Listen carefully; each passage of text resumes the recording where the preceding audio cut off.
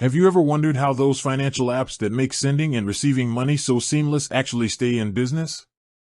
You might think they're just magical tools that exist to make your life easier, but like any company, they have to turn a profit. Today, we're diving into the business model of Mamo Pay, a popular financial platform, to uncover the secrets behind how they make their money. It's not as simple as you might think. Mamo has built a comprehensive financial ecosystem, and their revenue streams are a perfect reflection of that. They don't just have one way of earning.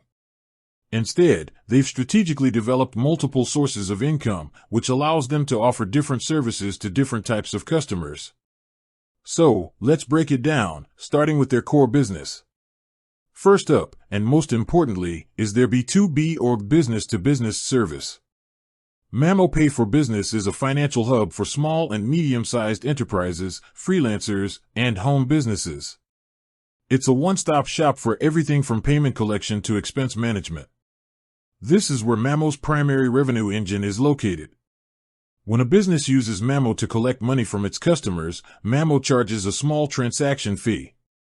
This fee is a percentage of the total transaction amount.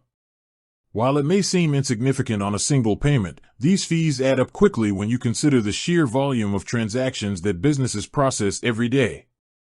This is a standard practice in the payments industry, but Mamo sets itself apart by keeping these fees competitive and transparent. They also offer different pricing plans, giving businesses the choice between a lower fee with slightly slower settlements or a higher fee for same-day access to their funds. This flexibility makes them a very attractive option for businesses that need to manage their cash flow efficiently. Next, let's talk about the Mamo Corporate Card. This is a key part of their business offering, and it generates revenue in a different way. While businesses get these cards for free to manage their team's spending, Mamo makes money from a different source entirely, the merchants. When a Mamo Corporate Card is used to make a purchase, Mamo takes a small fee from the merchant, not the business owner. This is known as an interchange fee and is a common revenue model for card issuers. This approach is genius because it allows Mamo to provide a valuable, free service to its business users, which in turn encourages adoption and use of the corporate cards. The more the cards are used, the more Mamo earns from the merchants.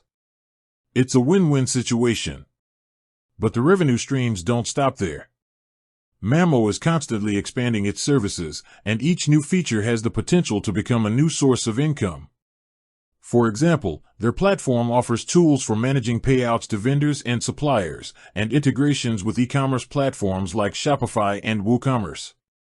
While the specific pricing for these features can vary, they all contribute to the overall profitability of the company.